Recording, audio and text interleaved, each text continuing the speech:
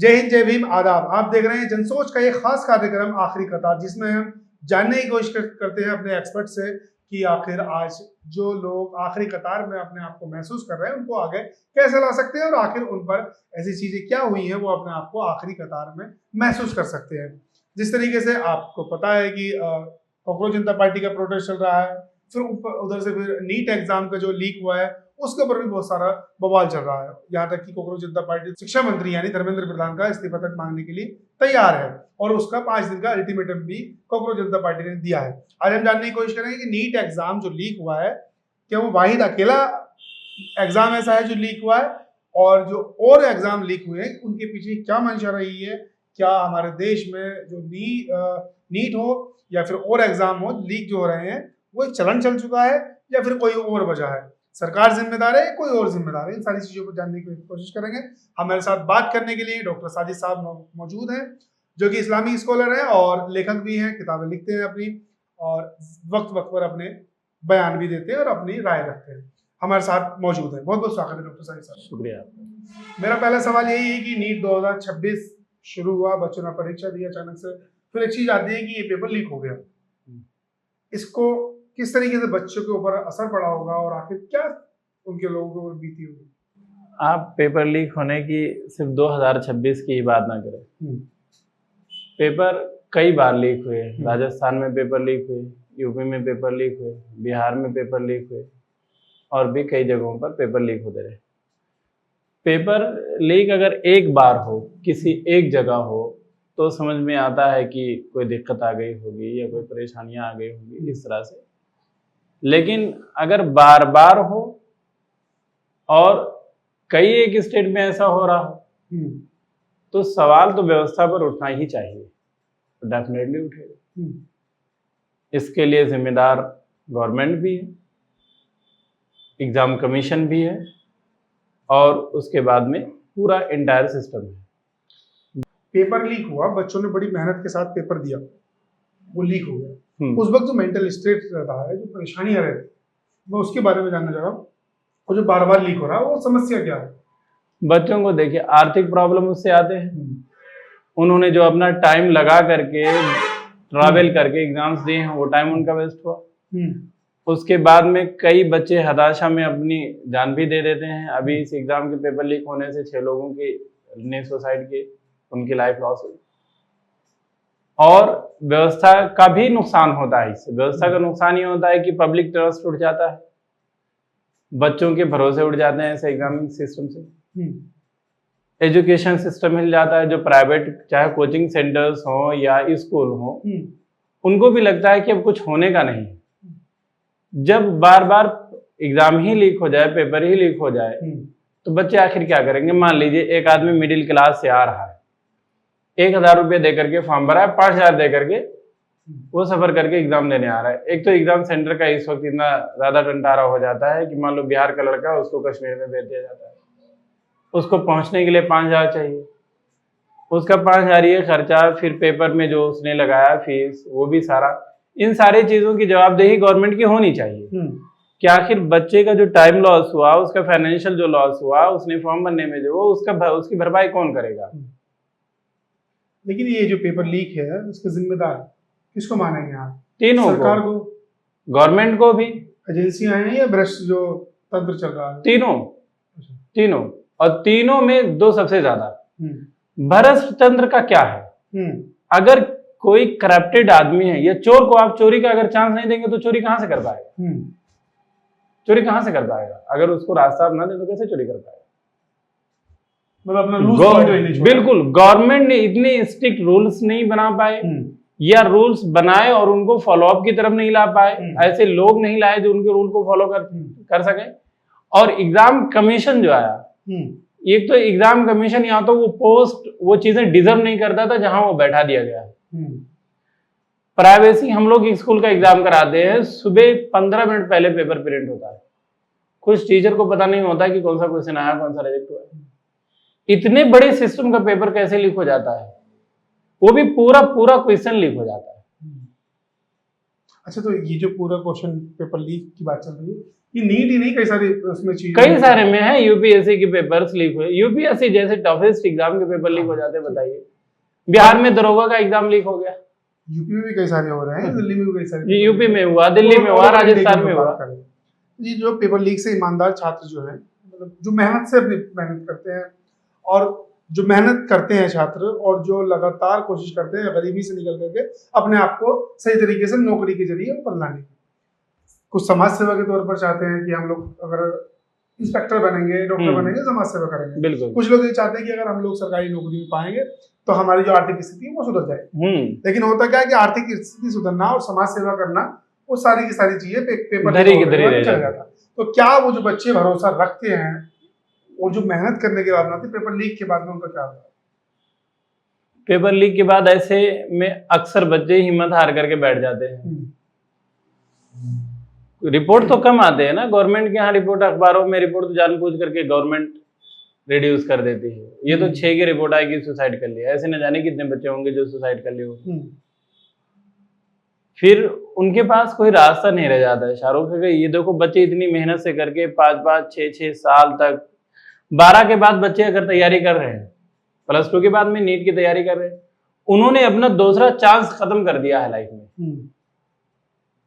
और जब उनको पता चलता है कि अब हमारा सिलेक्शन नहीं होने वाला, तो लाइफ में वो दूसरा कुछ कर भी नहीं सकते। अब उनके पास ऑप्शन कुछ रह नहीं जाता है। वो थक हार करके सोचते मम्मी पापा ने इतना पैसा लगाया हुआ यार, अब हम लोग कामयाब भी नहीं, तो एक रास्ता यही है कि सुसाइड कर लो, सुसाइड कर लो। सबसे ज्यादा जनरेशन लॉस है इसमें, जिस पर देश का भविष्य टिका हुआ है, हम उसको खो रहे हैं अपनी व्यवस्था से। और जितनों का आप एक सर्वे निकाल लें, जितने बच्चे सुसाइड कर लें, टॉप ब्रिलियंट लेवल के बच्चे हैं, एकदम हाई लेवल के, ये सुसाइड करते जा रहे हैं। ये सुसाइड कर रहे हैं, हाँ।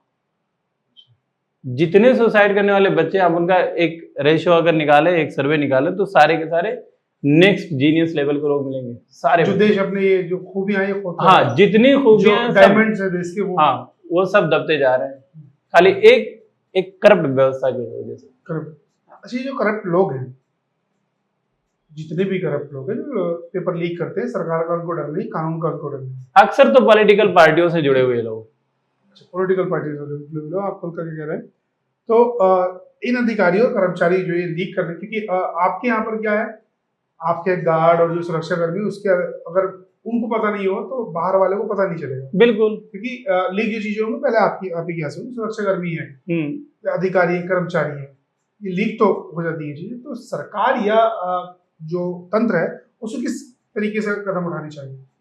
सरकार अपना एक मजबूत प्लान बनाए, रूल्स रेगुलेशंस बनाए, और अधिकारियों पर, जिसको वो अपॉइंट कर रही है उन चीजों के लिए, उसकी गाइडलाइन फिक्स करे और उसकी पनिश भी फिक्स करे कि इन केस अगर इन सारी चीजों को मेंटेन करके नहीं रखा गया और ये गलतियां हुई, पेपर लीक्स हुए या और भी किसी तरह की लापरवाही हुई, तो सजा भी उसी लेवल का दिया जाएगा जिस लेवल की आपको सर्विसेज दी जा रही है।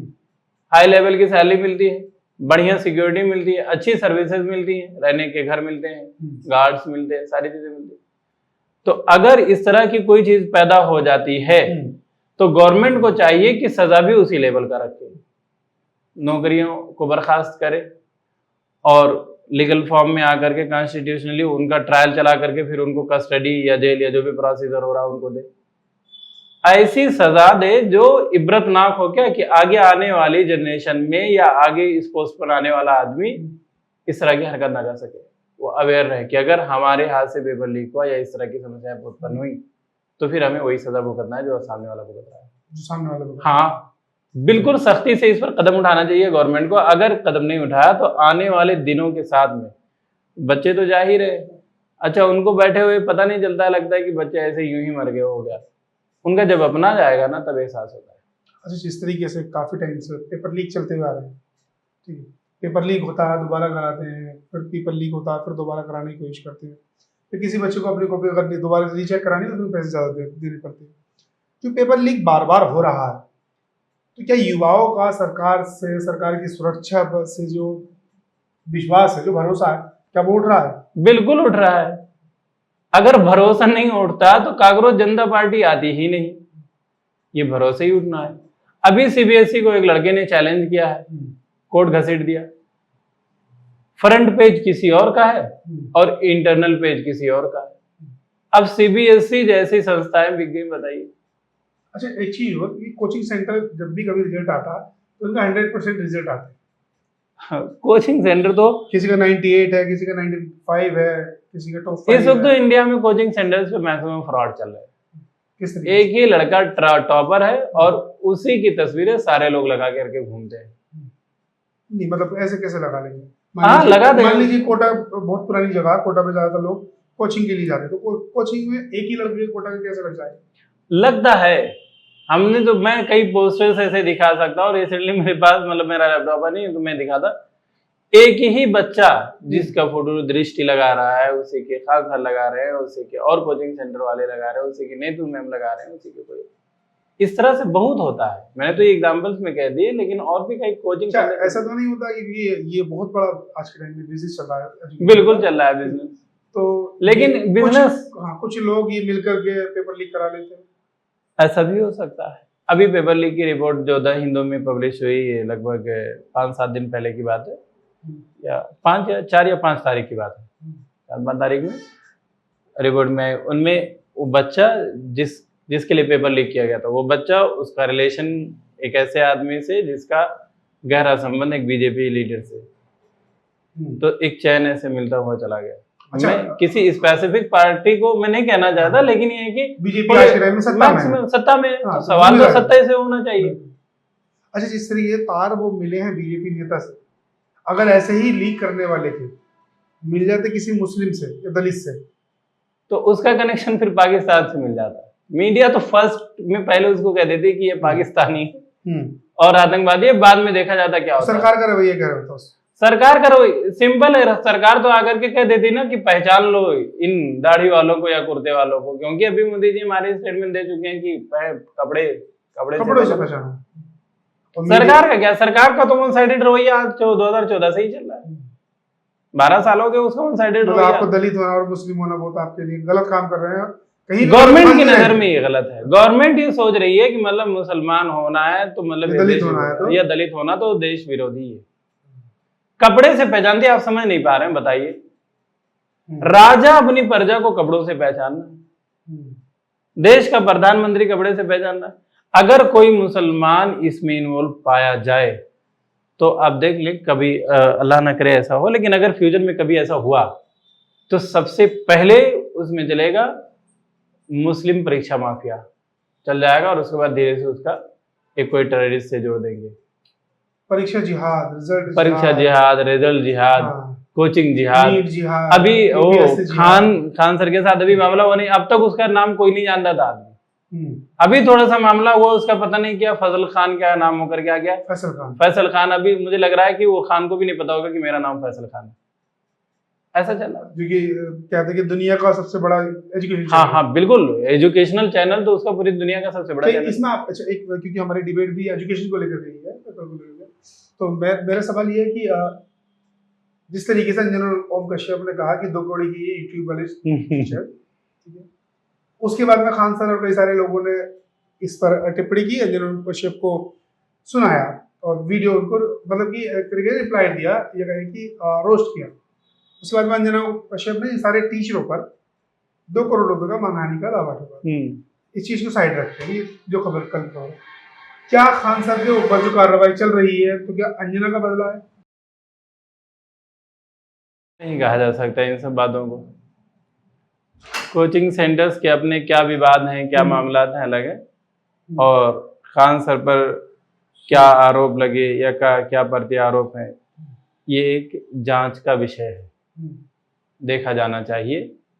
हालांकि उस आदमी ने देश के साथ बहुत बड़ा काम किया है, ये सत्यता है, और ये पूरा इंडिया मानने में कोई हिचकिचाहट नहीं है, नॉन कम्युनल इशू है, सब मानते हैं, हिंदू मुसलमान सिख ईसाई सबको ये बात माननी चाहिए।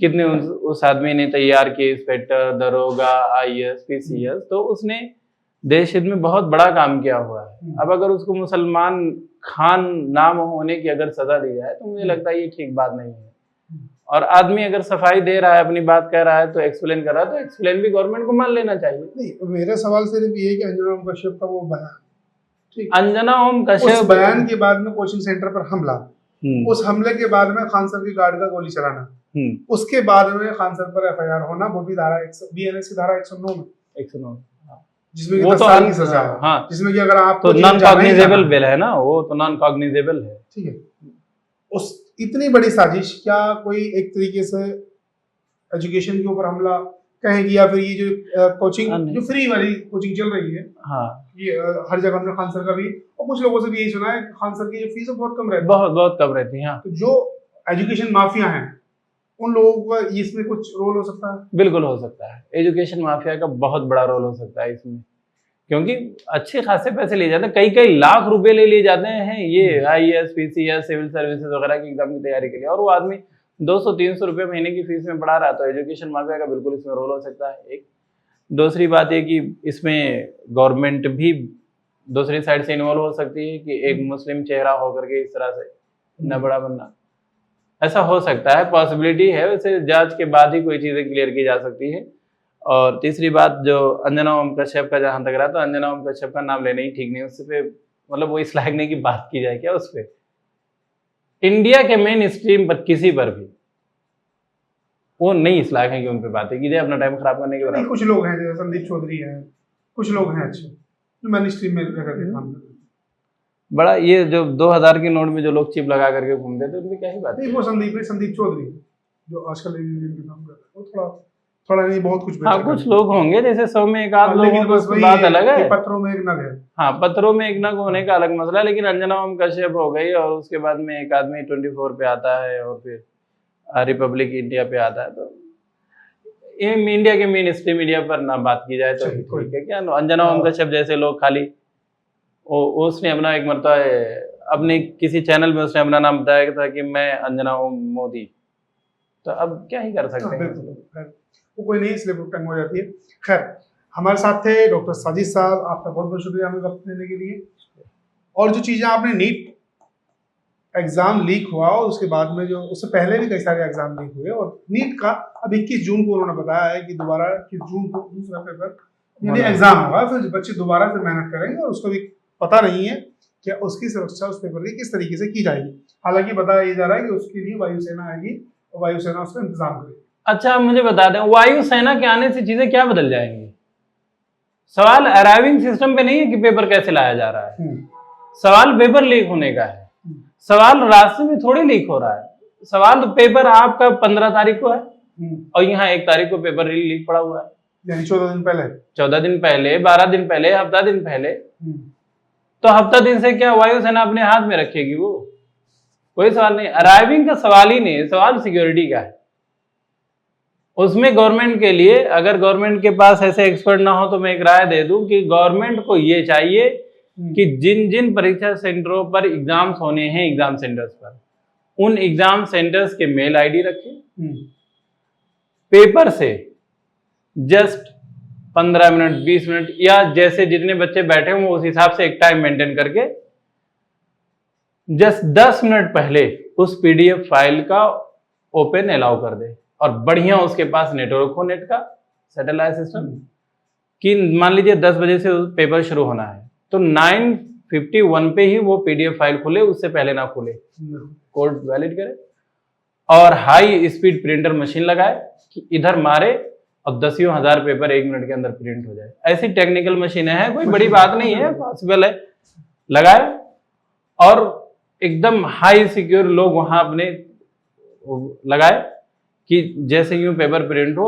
ऑन द स्पॉट सील मारे और 1 मिनट के अंदर एग्जाम। आपको ये नहीं लगता कि मान लीजिए कि एक स्कूल में, कॉलेज में जहां पर एग्जाम हो रहा है वहां पर 500 बच्चे एग्जाम दे रहे हैं, स्कूल मालिक ने पेपर प्रिंट कर लिए 510, ठीक है, एग्जाम में बच्चा गया खाली कॉपी छोड़कर गया, लेकिन वही कॉपी दूसरी जगह लिखी गई, वो फिर चेंज हो गई।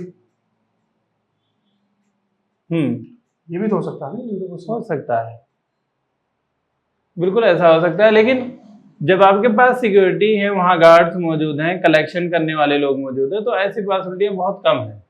जबकि और इतना सेंसिटिव एग्जाम है तो एक लिमिटेड लोग ही हैं, एकदम क्लियर है कि 512 लोग हैं, तो 512 तो 512 ही पेपर आप निकालिए ना।